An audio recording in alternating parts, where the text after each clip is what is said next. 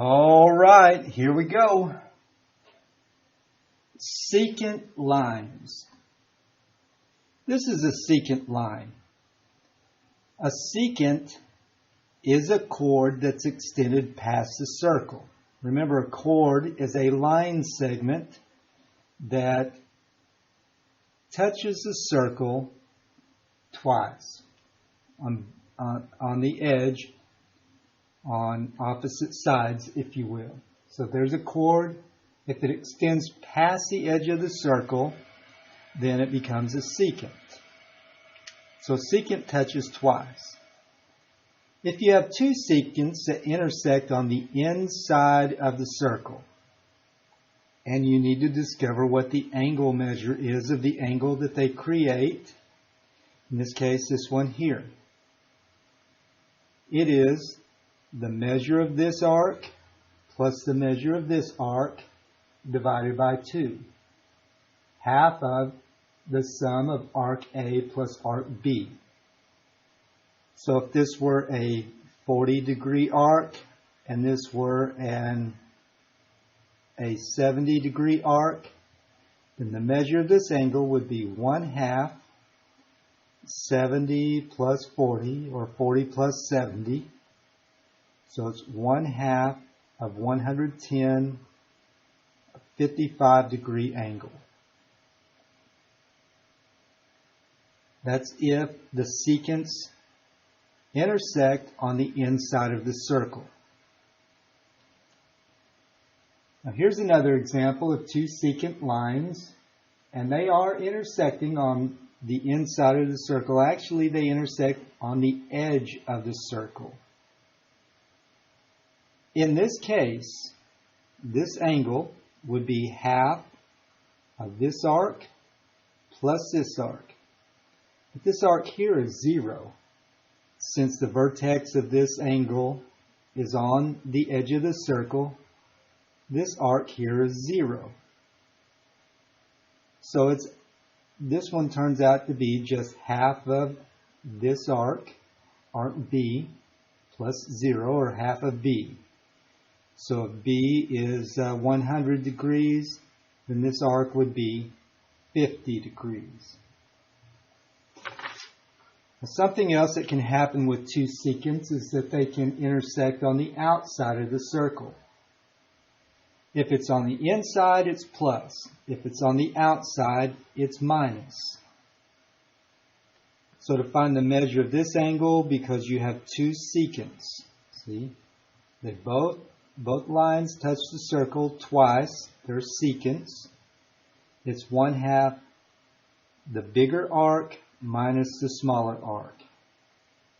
And we're talking about the two arcs that are encompassed inside of the secant lines, not the two on the outside. All right, so the bigger arc minus the smaller arc, and then cut it in half. Then there's the case of the secant and the tangent. All right, here's the secant line. It intersects the circle twice. And here's a tangent line. Now, tangent line, or line tangent to the circle, is a line that touches the circle in one and exactly one point. They're on the exterior of the circle. Here's the one point where this line will intersect this circle. So we have a secant and a tangent coming together, and they make this angle on the exterior of the circle. This is going to be the same as if you had two secant lines. It's the bigger arc minus the smaller arc, and then cut it in half. 1/2 times arc B minus arc A. So for example, if this were, I don't know, 130-degree arc here, arc B, and arc A were 70 degrees, then the measure of this angle would be 1/2 the bigger one minus the smaller one equals 1/2 times 60 equals 30 degrees. Okay. Now what if you have two tangents? Two tangents creating an angle on the outside of a circle. It's the same. It's the same as a secant and a tangent. It's the same as two secants. It's 1/2 the larger arc minus the smaller arc. Now, the last one that I want to look at is a secant tangent where they intersect at what they call the point of tangency. This is the single point where this tangent line intersects a circle. And this secant line also intersects the tangent line at that same point. In this case, this angle will be half of just this arc. If I needed to find this angle, it would be half of just this arc. No adding or subtracting in this case. This angle is half of that arc, or this angle is half of that arc. So let's do a couple of exercises with these. Secant tangent and tangent tangent. All right, here's a secant tangent. Now this worksheet incorrectly drew these. That should extend up that way as well. All right, here's a 76-degree angle. Well, where did that angle come from? It came from the intersection of a tangent and a secant at the point of tangency. So that angle, the measure of angle F, equal 1/2 of arc FG. So we know how much this is. It's 70. And that equals 1/2 arc FG. Now why am I trying to find FG if they ask me about this arc, GF? Well, because the circle is 360 degrees, and I know that the measure of this arc is going to be the entire circle minus however much this arc is, arc FG. We're almost there. 1/2 FG. I'm trying to solve for arc FG, so I need to move this 1/2 to the other side. The opposite of dividing by 2 is multiplying by 2. So 2 times 70 equals arc FG. 140 equals arc FG.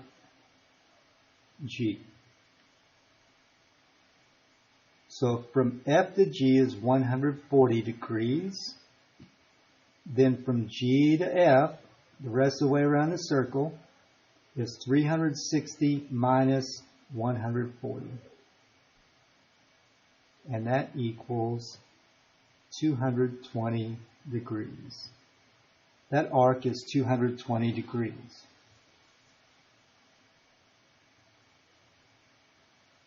Okay.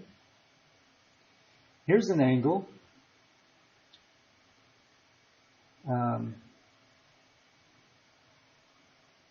that created this arc. This part is 120 degrees from R to P.